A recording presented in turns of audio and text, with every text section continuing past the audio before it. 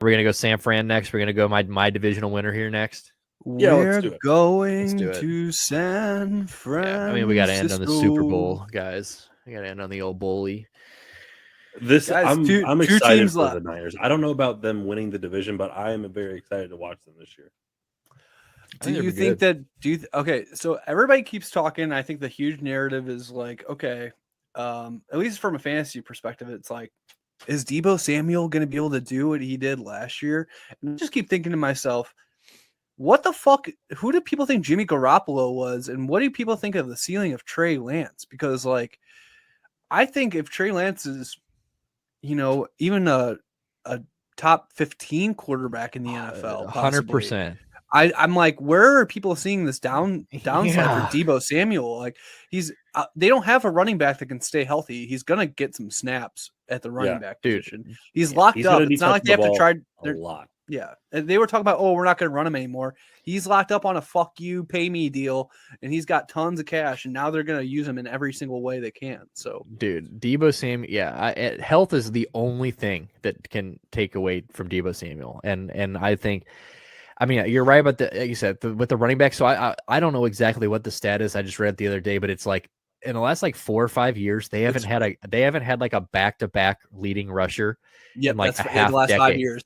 Mm-hmm. It's like, what the fuck? And then you see like Elijah Mitchell's nice, but he's already hurt. And Jeff Wilson has looked good when he's gone in there. But then you hear all this stuff about Tyrion Davis-Price, TDP. And, so you don't know who the fuck is going to be the guy at the end of the year here. It's a very good running back room. I'm not going to lie, very good running back team. I'm not going to lie. It's probably because I get way too deep into fantasy blogs, but I've also heard shit about Jordan Mason. I was going to say Jordan Mason. I read way too much. I read way too much shit, and that's a clear indicator. But I've heard out of camp that he's looked really good. I almost went TDP and then Jordan Mason. But then I'm like, dude, are we really going to get into the 4th-string guy here? Maybe the best fullback in the league with Kyle Juszczyk. Dude, I mean, and they're like one of the only guys that like actually utilize a fullback still like that. Like they utilize him. I mean, he plays running back to like it sometimes. Like they'll hand the ball off to him. He's got good hands. He's got good hands. 2 years in a row, he's been in the NFL top 100. It's the 2nd year in a row. Yeah, I saw that. Oh shit. Top 100 this year. Fuck yeah, respect for fullbacks. Gotta love it, dude. And then you got my boy Brandon Ayuk, who I think, I mean, you've heard it all year. I mean, all I've seen is that like the Trey Ayuk connection is real, that he is just going to take this huge step. He's looked so great in camp. I hope to God that's real because he is really good. He was in the doghouse for most of last year. He kind of blew up at the end of last year, looked really good. But that was a different quarterback like we just talked about. So, but him and Trey Lance kind of, they were spent all off season together. All you saw were Trey Lance throwing bombs to Brandon Ayuk in fucking high school fields and shit. Trey Lance. Sorry, the only thing I was gonna say is about Trey Lance. It's like he also runs the ball, and I think just having all the weapons that they have and the dynamic, it's gonna be. And they have a really fucking smart coach. I just see this offense clicking and working, but in a way that it hasn't in recent memory. So, What did you guys hear about Kittle? Is he going to be ready for week 1? So that's what I was going to say about Kittle. I don't know. Like, I mean, I was going to say, obviously with healthy, with the Debo, the Brandon, the Kittle, I mean, they're stacked, but you don't know it with Kittle. Cause I read today that he's still not He didn't practice again today. It's a hamstring or something. It's something that I think, is it a groin? Yeah. At least it's not a fucking rectal hernia. Hernia, baby. Those are going around, man. But, it's not too bad. Tyler Kroft, Charlie Warner, who was a fucking stud over at Georgia Bulldog. Not bad. Like if they only miss him for a week or two, that's no big deal.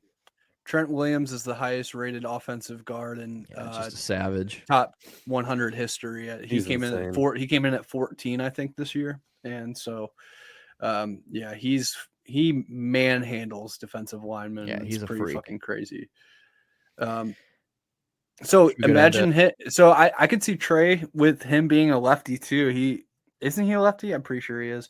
Regardless, he's going to be rolling out to the left a fuck ton because he's got big boy Trent there pushing dudes into the fucking secondary. So, I like think he is a righty. But yeah, He can bomb. He can throw the fucking ball deep. He sure the fuck can. But I think this offense is, I think Trey Lance is going to be a big, that he's the big question mark. Like, what are we going to get? Right. I mean, and we get news before we get to the defense and we move on from this. We can't forget about the news of. I mean, they just re-signed Jimmy Garoppolo, and you heard that that this was kind of a way just to keep him on the roster and not have to cut him and whatever. But then you hear this week that it bothered Trey Lance, that you're hearing that it affected him and it kind of annoyed him that they're keeping him around. And then I saw Shannon Sharp today went off about it, and I kind of agree with Shannon Sharp. It's like, bro, if you're annoyed with anybody, it should be you. Like you've had the opportunity. They basically told Jimmy Garoppolo to get the fuck out of town,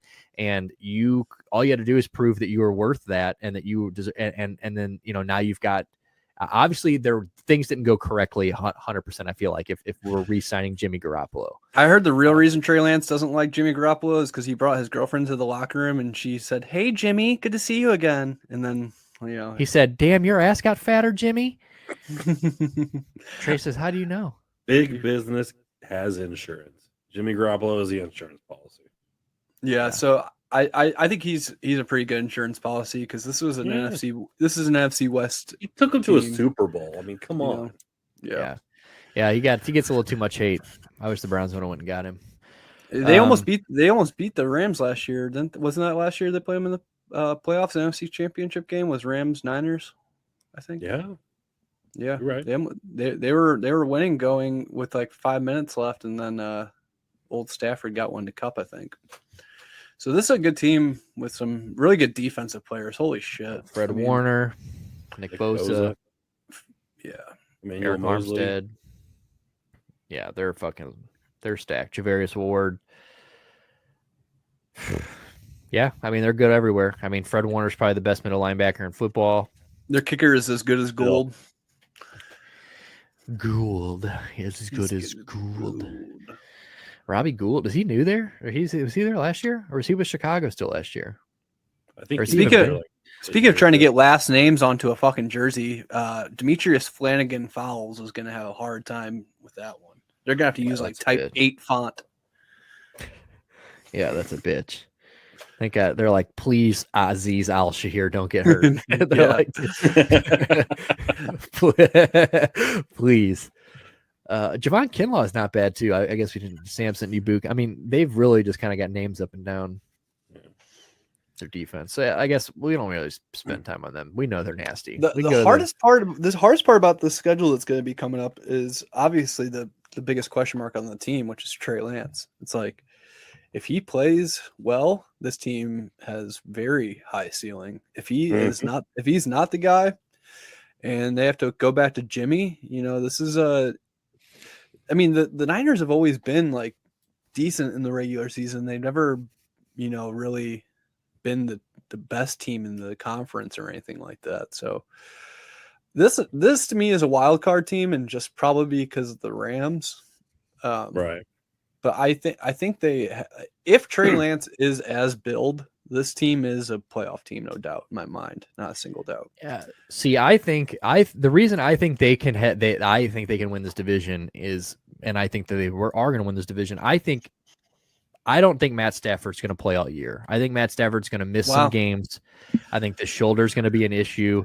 I think I think we're going to see him for most of the year. I don't think like we're going to get a big chunk, but I think there is going to be a stretch this year where they might be without him. And I think Matt Stafford is, I mean, we've seen it. I mean, how much of a difference he makes. I mean, we know that Cooper Kupp is nasty. We know Allen Robinson. I mean, then the addition of Allen Robinson, and we'll get into the Rams in a second, but like, I just think that like Matt Stafford makes that team go. And I think that if Trey Lance is what they say he is, or can be what he is supposed to be, I think that this, like you said, this Jimmy Garoppolo was a few plays from a Super Bowl with this team a couple years ago, AFC champion or NFC championship last year. If they get a guy in there that's really, really, worth the money, they could take this team. I think they can beat.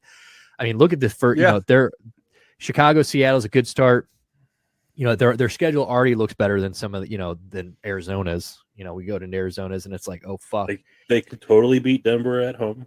Those are two nice tune-up games to start the season. Chicago, Seattle. That's a really nice get your legs underneath you. Find out what you got at running back. If Elijah Mitchell's going to be that guy, find out if Trey can be that guy.